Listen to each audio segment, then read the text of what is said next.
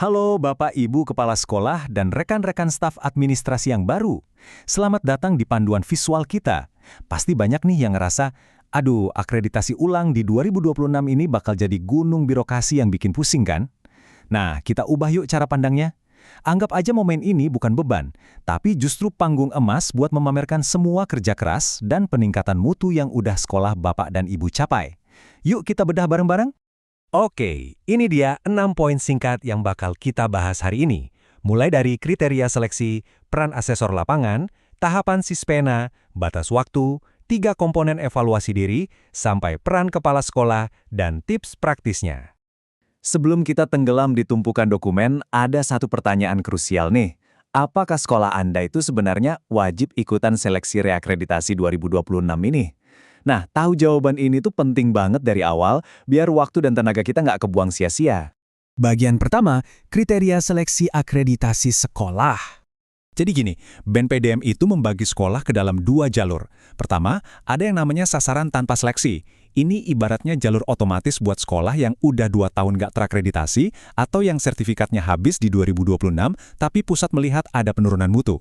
Mereka ini langsung diproses tanpa repot mendaftar. Tapi, nah ini yang penting, fokus kita hari ini ada di jalur kedua, yaitu sasaran melalui seleksi.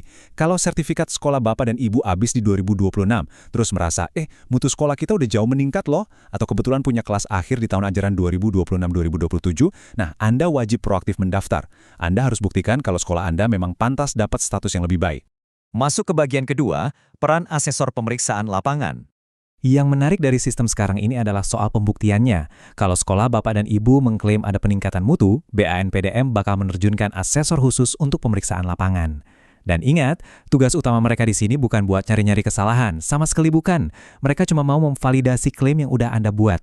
Jadi kalau Anda bilang guru-guru sekarang ngajarnya udah pakai metode yang interaktif, nah asesor bakal datang langsung ke kelas buat ngeliat buktinya. Sesederhana itu.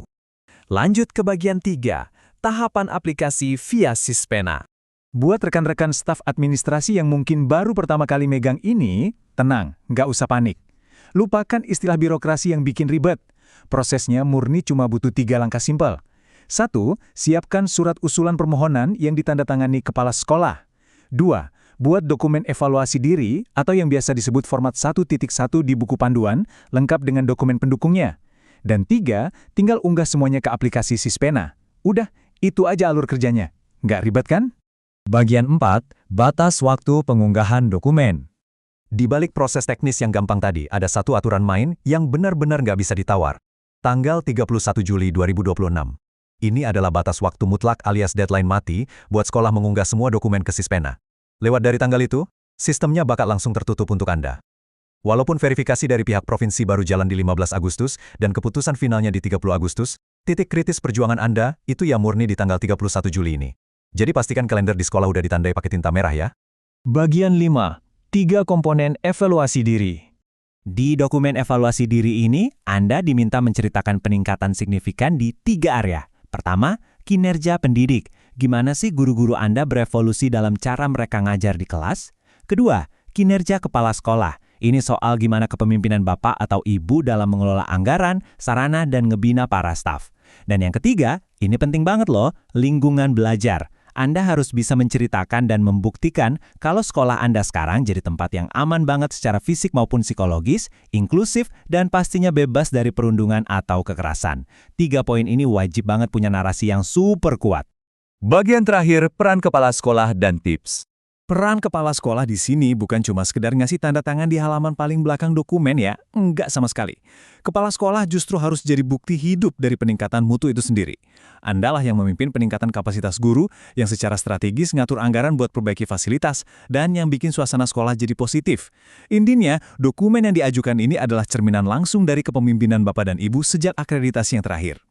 Nah, ini dia contoh seberapa presisinya pedoman BANPDM. Coba perhatikan aturan resminya. Maksimum 1 halaman A4, spasi 1, ukuran font 12. Ini bukan sekadar anjuran loh, ini beneran aturan format yang ketat. Asesor itu kan meriksa banyak banget sekolah, jadi mereka nggak punya waktu buat baca novel tentang sejarah sekolah kita. Mereka maunya informasi yang padat, jelas, dan langsung nembak ke intinya. Terus, gimana dong cara nyiasatin ruang nulis yang dibatasi cuma selembar per komponen itu? Gini tips praktisnya. Biarkan bukti visual dan lampiran Anda yang berbicara lebih banyak. Pastikan setiap foto yang diunggah itu beneran nyambung sama narasi yang Anda tulis.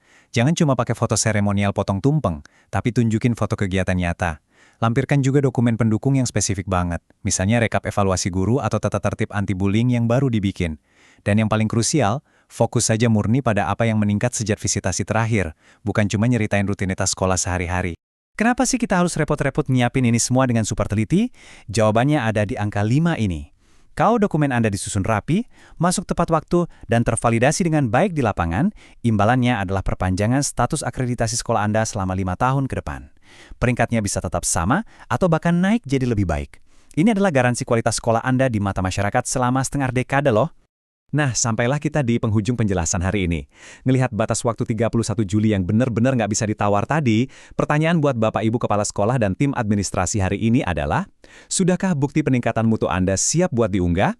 Jangan tunggu sampai menit-menit terakhir ya. Yuk mulai kumpulkan foto-fotonya, susun narasinya, dan rekap data-datanya dari sekarang juga. Terima kasih banyak udah ngikutin panduan kita kali ini dan sukses besar buat proses akreditasi sekolahnya.